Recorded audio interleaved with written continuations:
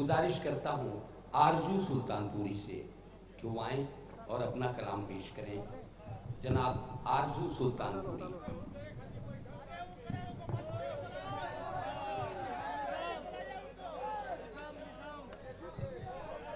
एक ऐसा है कि जिन लोगों को आप ही लोगों ने बुलाया है, हमने तो बुलाया नहीं है, इसलिए फहरिस्त में जो लोग हैं उनको तो आप सुन लें। हज़रात,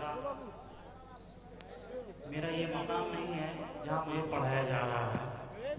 और एक चीज़ बतौर ख़ास कहना चाहता हूँ कि मंजर भोपाली साहब के बाद पढ़ने का कोई मतलब नहीं बनता है, लेकिन एक मैं कोशिश ज़रूर करूँगा कि जो लकीर उन्होंने खींची है मेयारी, उस लकीर को अगर मैं पार ना कर सकूँ तो छूने की कोशिश ज़रूर करूँ। और मैं चाहता हूँ कि सिर्फ 4 मिसरे पढ़ूँगा। अगर आप शायरी समझते हैं तो मुझे समझने में आपको परेशानी नहीं होने वाली। सिर्फ 4 मिसरे, उसके बाद मेरा कोई भाई और भी है, हक तलफी नहीं कर सकता एकदम। ठीक है, जहाँ से भी सुने मोहब्बतों के साथ सुन ले बस। हज़रात देखिए, मैं अपने मुल्क के हाकिम को कैसे बतलाऊं, दिले तबाह में दर्द शदीद लाया हूँ।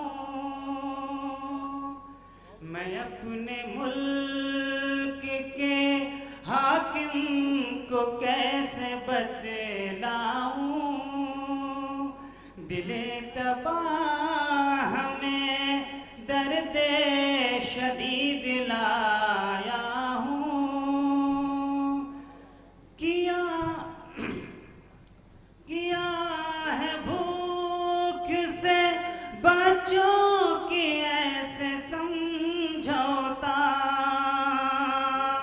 लहू को बेच के रोटी खरीद लाया हूँ।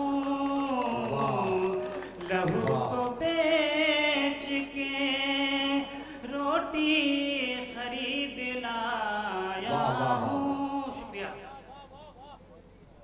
दोस्तों, शायद आपने जैसा चाहा हमारे आरजू सुल्तानपुरी ने वैसा ही किया है।